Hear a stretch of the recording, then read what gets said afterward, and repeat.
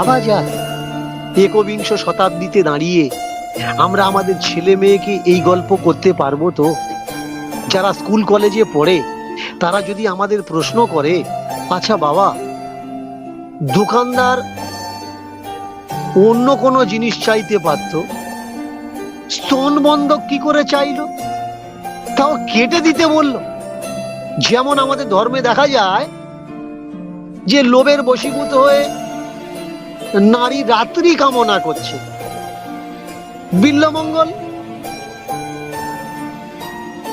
চিন্তামণি ভাবা একটা মেয়েকে, বণিক স্ত্রীকে তার রাত্রি কামনা করছে, তুমি আমার রাত্রি এক রাত্রি আমাকে দাও, আমি তোমার সঙ্গে সহবাস করব। বণিক নিজে সাজিয়ে তার স্ত্রীকে বিল্বমঙ্গলের ঘরে পাঠিয়ে দিচ্ছে। কেন?